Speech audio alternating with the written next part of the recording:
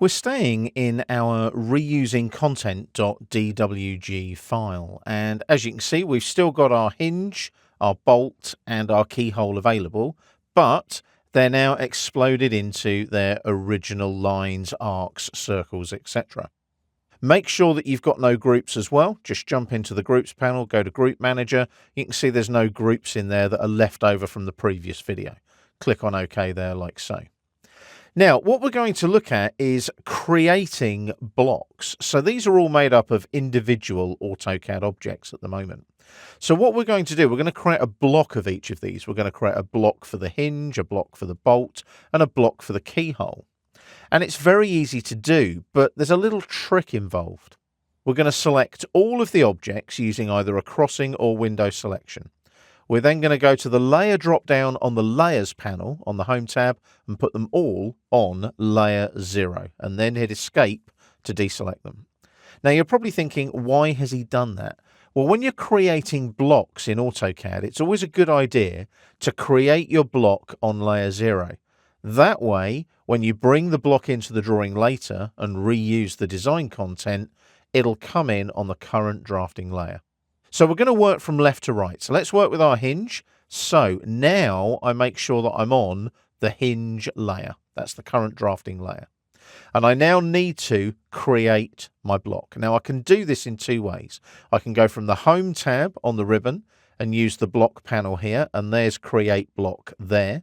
Or I can go to the Insert tab on the ribbon, and you've got Create Block and what they call Right Block or W Block there as well. So you can use either method. I'm going to stay with the Insert tab on the ribbon and use Create Block here. So we need to give it a name. Well, that's going to be easy. It's going to be called Hinge, like so. We need to pick a base point. Now you can specify on screen when you insert the block, or you can specify a point when you create the block. I'm going to use Pick Point, and I'm going to utilize that midpoint there, like so. And as you can see, there's no way I could have calculated what those X and Y values were.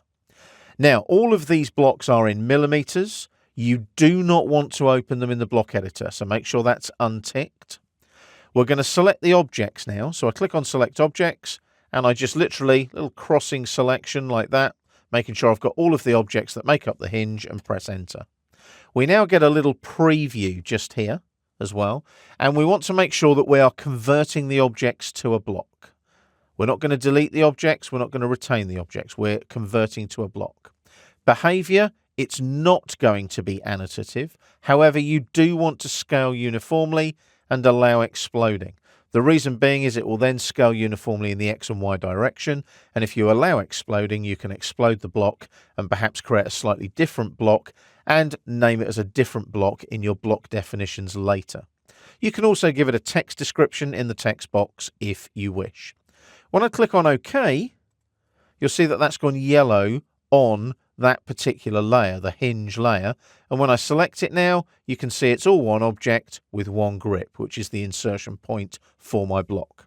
If I just hover over that now, you can see there it's a block reference on the layer hinge, like so. Let's do the same for the bolt and the keyhole. So we need to go back to the Home tab on the ribbon, change our layer now. I'm going to go to bolt, like so. I'm going to go back to the Insert tab and back to Create Block here, like so. So this one will be Bolt, B-O-L-T. And again, we'll pick a point. I'm going to use the center snap here, like so. And again, millimeters, hyperlink, open in block editor, unticked. We select the objects, little crossing selection there again, make sure we get everything, and press Enter.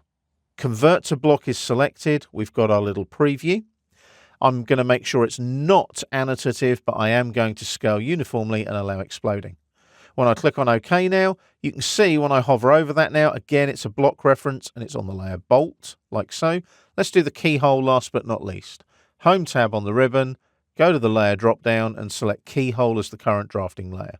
What I will do this time is I'll stay on the Home tab and we'll go to the block panel and we'll click on Create Block here, just for a little bit of variety. It opens up the same dialog box. So this will now be keyhole. Again, pick point. I'm going to use the center snap of this arc here, like so. And again, you'll see that the X and Y values, there's no way I could have calculated those for love nor money. And it's millimeters, open in block editor unticked. Select the objects. So we do a little crossing selection again, get all the arcs there like so, press enter to confirm. Again, convert to block, there's the preview, scale uniformly, allow exploding.